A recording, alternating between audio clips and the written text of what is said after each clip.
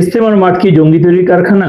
25শে March 26শে March চলে গেল, 16ই December চলে গেল, একটা গান শুনলাম না, বিজয়ের সবকটা জানালা খুলে দেও না ওরা আসবে।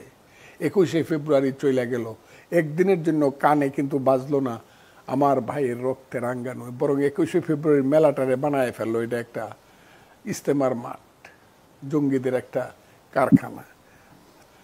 ইজতেমার মাঠ জঙ্গিদের একটা কারখানা, যেখানে প্রত্যেক বছর লক্ষ লক্ষ মানুষ একত্রিত হয়ে তারা দিন, ইসলাম, নামাজ, কালাম, ইমান, আমল, আখলাক এগুলো নিয়ে কাজ করে। এখান থেকে ইমান, আমল, আখলাক এগুলো শিখে তারা নামাজের জন্য মানুষদেরকে দাওয়াত দেয়, জিকিরের জন্য মানুষদেরকে দাওয়াত দেয়, আল্লাহ তাআলার উলুহিয়াত এবং তাওহীদের একত্ববাদের দাওয়াত নিয়ে তারা মানুষের দ্বারে দ্বারে যায়। যেখান থেকে মানুষ হেদায়েত পেয়ে অনেক মানুষ শুধরে গিয়েছে এবং পাঁচ ওয়াক্ত নামাজি হয়ে গেছে। ওই জায়গাটা কিভাবে এই জঙ্গি তৈরির কারখানা হয় এটা কখনো বুঝে আসে না।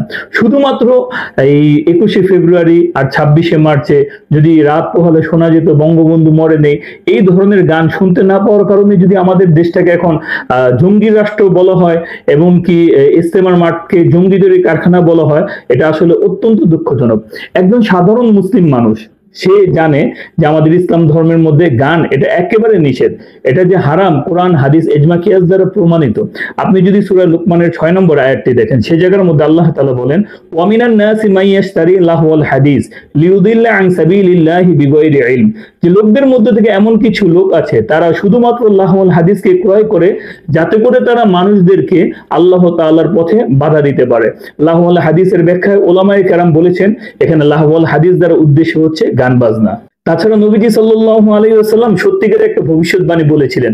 নবীজি বলেছিলেন যে এই উম্মতের মধ্যে এমন একদল লোক আসবে গান বাজনাকে তারা হালাল মনে করবে। আমরা দেখতে পাচ্ছি যে এই ধরনের লোকগুলা তারা গান বাজনা যে হারাম এটা মনেই করে না, তাদের কাছে মনে হয় গান বাজনা এটা হচ্ছে হালাল।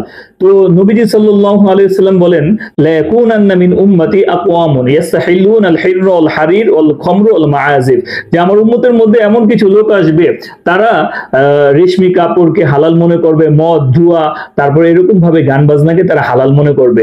তো এই ধরনের ফজলুর রহমান সাহেবদের কথাবার্তা শুনলে মনে হয় যে তারা এগুলাকে হালাল মনে করে থাকে।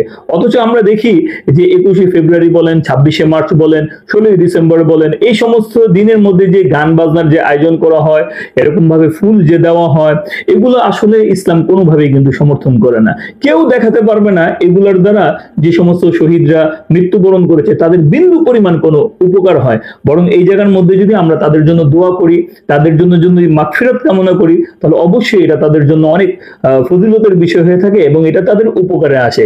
কিন্তু আজকে শুধুমাত্র গান বাজনা এগুলো কমে যাওয়ার কারণে যদি কেউ বলে যে এই রাষ্ট্রটা জঙ্গি রাষ্ট্র হয়ে যাচ্ছে, এই রাষ্ট্রটা ইজতেমার মাঠের মতো জঙ্গি তৈরি কারখানা হয়ে যাচ্ছে, তাহলে এই ধরনের মানুষগুলো যদি কখনো রাষ্ট্রীয় ক্ষমতায় আসে তাহলে আমাদের দেশের কি অবস্থা হবে, তাই এটা আমরা কল্পনা করলেই বুঝতে পারি যে এখন আমাদের দেশের অবস্থা কি হতে পারে। তো প্রিয় দর্শক, এই ধরনের লোকগুলো যে এই ধরনের মন্তব্য করেছে, আপনারা তার এই মন্তব্যটাকে কিভাবে দেখছেন কমেন্টে আমাকে জানাতে পারেন। ভিডিওটি দরকারি মনে হলে অবশ্যই লাইক, কমেন্ট, শেয়ার করবেন।